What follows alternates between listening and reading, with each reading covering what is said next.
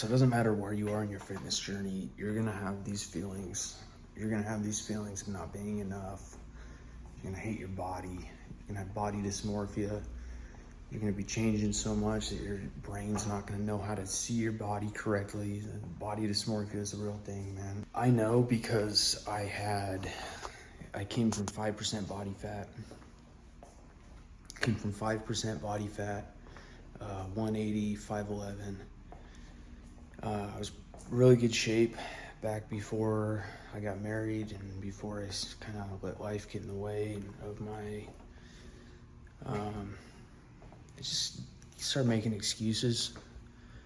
And anyway, this video is not really about that. This video is about managing those negative emotions. You're gonna have those negative emotions. I don't care where you are on your fitness journey. I've been on both sides of it. Even at my best, like, you still have these negative emotions. You still have these feelings of like, hey, I am never gonna be satisfied. And that's good. It's good to have those emotions because that's gonna keep you going. It's gonna keep you at it. But you also don't want to be crippled by it because it can definitely be a negative feedback loop. And you know, you can tear yourself apart in your head thinking that too much. And I think the person that is aiming at a target and won't rest until that target's hit, I think that person's not going to know what to do with themselves after they reach that target. And they're going to feel like, oh, this isn't what I expected to feel like. Compared to the person that's just enjoying the journey and the whole process of losing weight or gaining mass, or maybe both. That person that's enjoying the process of it and found a way to enjoy that, I think that person's going to be a lot better off in the end. And they're going to go probably a lot further. I've experienced both of those. When I first started trying to lose weight again and getting back in shape, I was definitely the person that was like, okay, I just gotta show up until I hit this point. And it's not the most ideal thing because you're not gonna have a clear vision every day. And you're not gonna feel like you're making much progress for weeks at a time sometimes, maybe even months. But I've also been the guy that just enjoys being at the gym and enjoys knowing the little things that are compounding. So, yeah, if that makes any sense, kind of to wrap it up, enjoy the freaking process, because the process is the whole thing. Lost 71 pounds now since last summer. I was 267, and now I'm at, what was it, 196 this morning I weighed in at? 196 now, like I'm that much closer to 180 where I was when I was at my peak. And I've also put on some muscle mass in the process.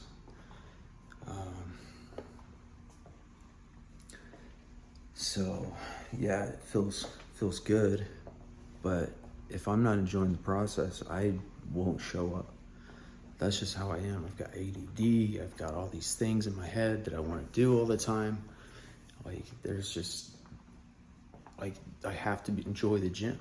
I have to be there, and I have to be enjoying the process every day. And I have to be thinking about it conscientiously.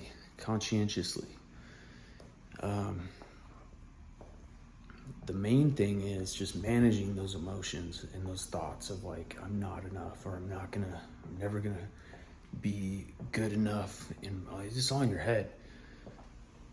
It really is like your own standards that you're setting, or maybe you're comparing yourself to someone else and saying, I'm not quite there yet where he's at or where she's at. Like, I don't think comparison is really the thief of joy so much, because you are competing with people, and I don't care why you're getting back in shape. This probably has something to do with, or if you're bodybuilding, or you're just trying to, maybe you're actually competing in bodybuilding shows. I don't know what goals are, but I do know there's a lot of comparison in this like lifestyle of fitness. That's kind of, I don't think it's such a bad thing. If you were alone on a deserted island and never had anyone to compare yourself to, would you really give a shit about a lot of things? Like, I don't think comparison is really, I think you have to balance it, because I mean, you have to say, oh, look at that, what that guy could do. Maybe I could do that. Maybe that's the positive way of using that comparison.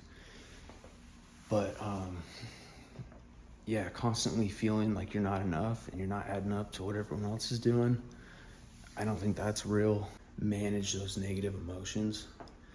Like, acknowledge that they exist, but don't like dwell on them, because that's like the worst thing you can do.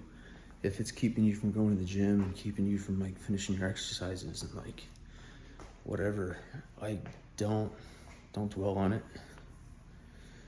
Don't allow it to stop you in your progress. You kind of got to step outside yourself and say, okay, these things are going on in my head, but I'm still going to do the work. I'm still going to show up.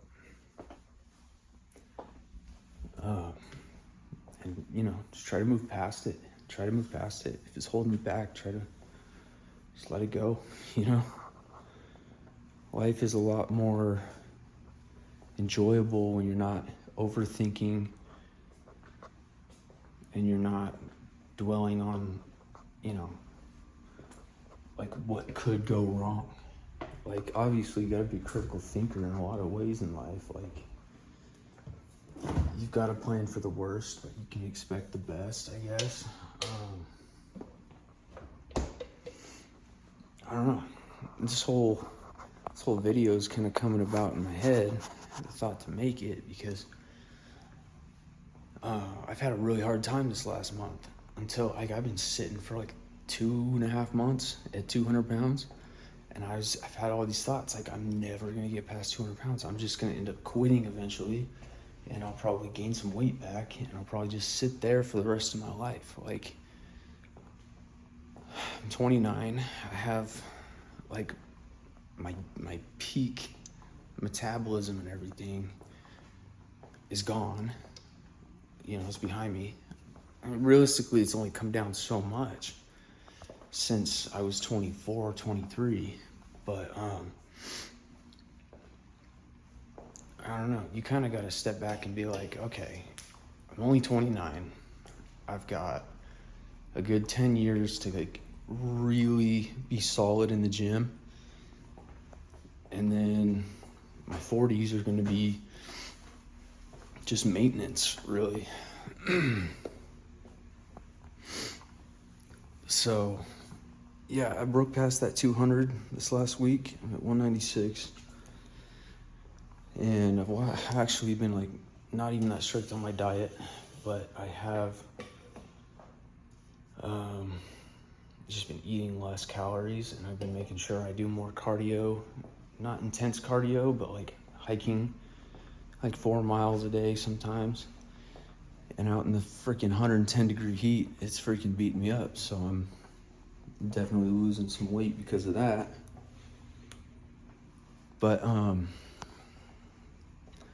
yeah, don't let it get to you too much. All these negative thoughts, all these negative feelings, they're gonna happen. I don't care who you are. You're gonna get in that space at the gym, and everyone's gonna be, you know, judging each other and whatever. Everybody, I don't know how people freaking think, but I know a lot of people in the gym atmosphere are very like, it can be kind of cliquey and kind of like, oh, you don't belong here kind of thing. Don't let anybody ever tell you that. Because that's some bullshit. Just to make them feel better. Yeah, I don't know. That feeling of like not being enough and not adding up, like I have like a lot of mental health issues that I've dealt with over the years. It makes it hard to function in society, I feel like. But like holding a job and relationships and stuff. Like I was diagnosed with psychosis a few years ago, and that's definitely always in the back of my head. Like, okay, got to remind myself that I have psychosis, that I'm not good enough to do these certain things or be in these crowds. And it's like what the fuck am I even saying? Like, most of these people aren't even that great anyway. Like, I don't have, like, I'm not, like, I've got problems that are associated with, like, psychosis that, like, I have to, like, manage. Like, I have to manage my mental health, and I have to be on top of things.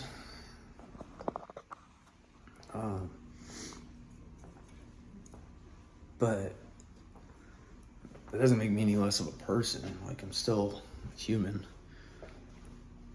So, I don't know. That's where my experience comes from in feeling inadequate. You know, dealing with like serious depression and like bad mental health.